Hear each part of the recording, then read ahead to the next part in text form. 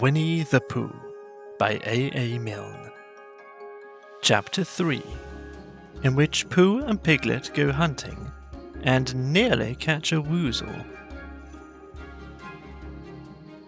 The Piglet lived in a very grand house in the middle of a beech tree, and the beech tree was in the middle of the forest, and Piglet lived in the middle of the house. Next to his house was a piece of broken board, which had Trespassers W on it. When Christopher Robin asked the Piglet what it meant, he said it was his grandfather's name, and had been in the family for a long time. Christopher Robin said you couldn't be called Trespassers W, and Piglet said yes, you could, because his grandfather was. And it was short for Trespassers Will, which was short for Trespassers William.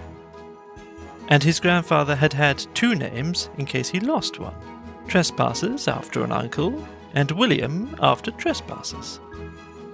"I've got two names," said Christopher Robin carelessly.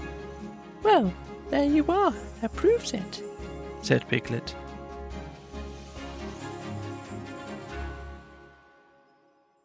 One fine winter's day, when Piglet was brushing away the snow in front of his house, he happened to look up, and there was Winnie-the-Pooh. Pooh was walking round and round in a circle, thinking of something else, and when Piglet called to him, he just went on walking. "Hello," said Piglet. "What are you doing?" "Hunting," said Pooh. "Hunting what?"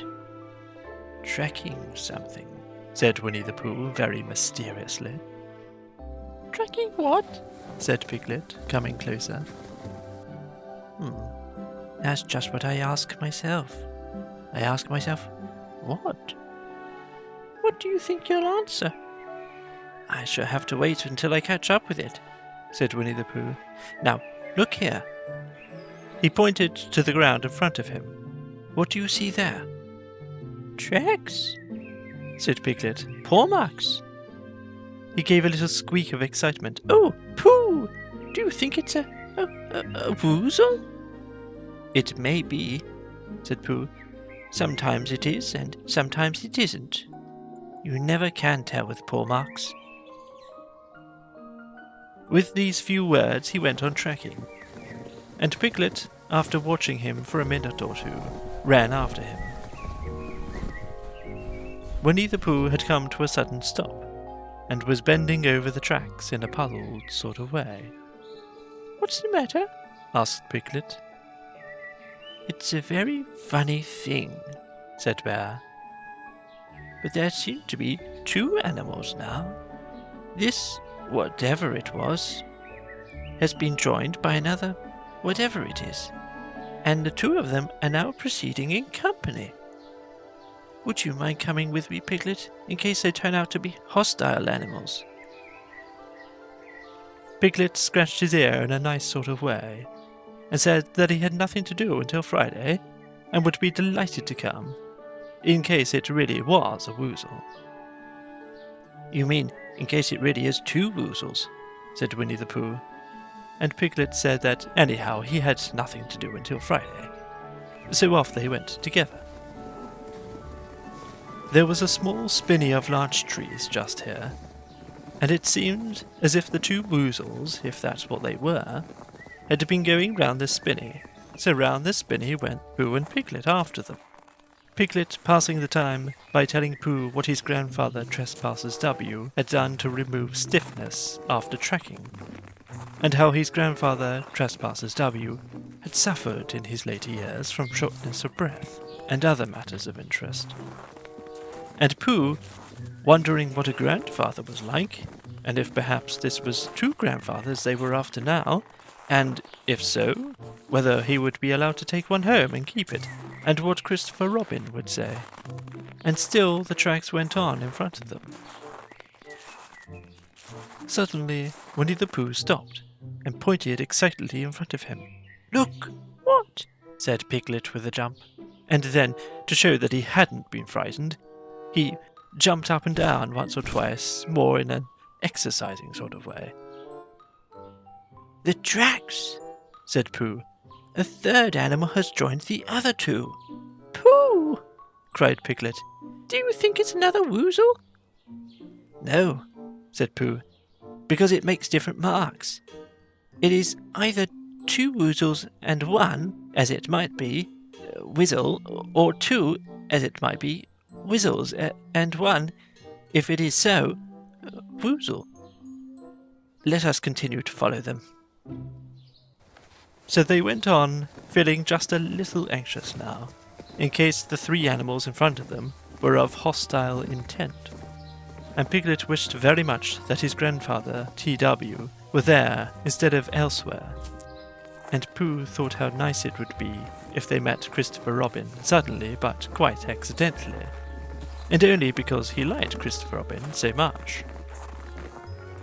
And then, all of a sudden, Winnie-the-Pooh stopped again and licked the tip of his nose in a cooling manner, for he was feeling more hot and anxious than ever in his life before. There were 4 animals in front of them. "Do you see, Piglet? Look at their tracks. 3, as it were, Woozles, and 1, as it were, Wizzle. Another Woozle has joined them." And so it seemed to be. There were the tracks, crossing over each other here, getting muddled up with each other there, but quite plainly every now and then the tracks of 4 sets of paws. "I think," said Piglet when he had licked the top of his nose too, and found that it brought very little comfort. "I think I have just remembered something that I forgot to do yesterday, and shan't be able to do tomorrow. So I suppose I really ought to go back and do it now." "We'll do it this afternoon, and I'll come with you," said Pooh. "It isn't the sort of thing you can do in the afternoon," said Piglet quickly. "It's a very particular morning thing that has to be done in the morning, and, if possible, between the hours of... What would you say the time was?" "About 12?" said Winnie-the-Pooh, looking at the sun. "Between, as I was saying, the hours of 12 and 12:05. So really, dear Pooh, if you'll excuse me..." "What's that?" Pooh looked up at the sky, and then, as he heard the whistle again, he looked up into the branches of a big oak tree, and then he saw a friend of his. "It's Christopher Robin," he said. "Ah, then you'll be all right," said Piglet. "You'll be quite safe with him. Goodbye." And he trotted off home as quickly as he could, very glad to be out of all danger again. Christopher Robin came slowly down his tree. "Silly old bear," he said. "What were you doing? First you went round the spinney twice by yourself, and then Piglet ran after you, and you went around again together, and then you were just going round a 4th time." "Wait a moment," said Winnie-the-Pooh, holding up his paw. He sat down and thought in the most thoughtful way he could think. Then he fitted his paw into one of the tracks, and then he scratched his nose twice and stood up. "Yes," said Winnie-the-Pooh. "I see now," said Winnie-the-Pooh. "I have been foolish and deluded," said he, "and I'm a bear of no brain at all." "You're the best bear in all the world," said Christopher Robin soothingly. "Am I?" said Pooh hopefully, and then he brightened up suddenly. "Anyhow," he said, "it's nearly luncheon time." So he went home for it. The end.